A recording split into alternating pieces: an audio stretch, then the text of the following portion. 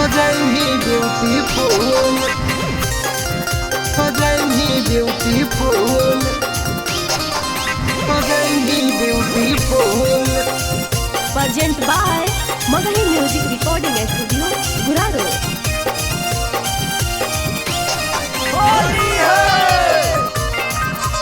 Mix by Ajit Yaduvanshi. Holi में छोड़न के चढ़ल जवानी रहे गुलगुल, होली में छोड़न के चढ़ल जवानी रहे गुलगुल। तरंग डलवाई लेगे छौड़ी तू हो जाएगी ब्यूटीफुल, डलवाई लेगे छौड़ी तू हो जाएगी ब्यूटीफुल। लाल पियर हरियर का रंग सब डालबो जरूर, लाल पियर हरियर का रंग सब डालबो जरूर। डलवाई लेगे छौड़ी तू हो जाएगी ब्यूटीफुल, डलवाई लेगे छौड़ी तू हो जाएगी ब्यूटीफुल, हो जाएगी ब्यूटीफुल, हो जाएगी ब्यूटीफुल, हो जाएगी ब्यूटीफुल।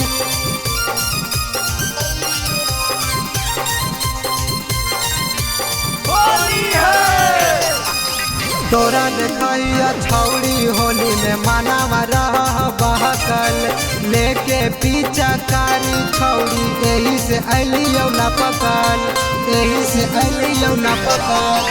तोरा देखैया छौड़ी होली में मनावा रह बहकल, लेके पीछा कारी छौड़ी यही से अलियो न पकल। और गोरे गोरे गाल छौड़ी रंगावा जरूर, तोर गोरे गोरे गाल छौड़ी रंगावा जरूर।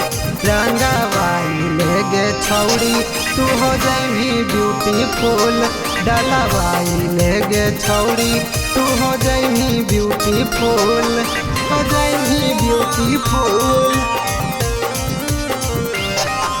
हो जाएगी ब्यूटीफुल, हो जाएगी ब्यूटीफुल।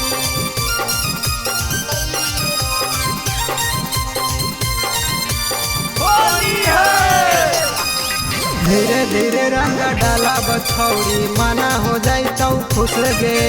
रंगत तोर साला बड़ा बछौड़ी ओठा वाले बहुत चुस गे, ओठा वाले बहुत चुस गे। धीरे धीरे रंग डाला बछौड़ी मना हो जाई तो खुश गे। रंगत तोर साला बड़ा बछौड़ी ओठा वाले बहुत चुस गे।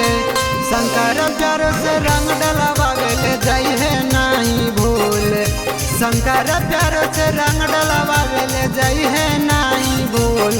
डलवाई लेगे छौड़ी तू हो जाएगी ब्यूटीफुल, डलवाई लेगे छौड़ी तू हो जाएगी ब्यूटीफुल।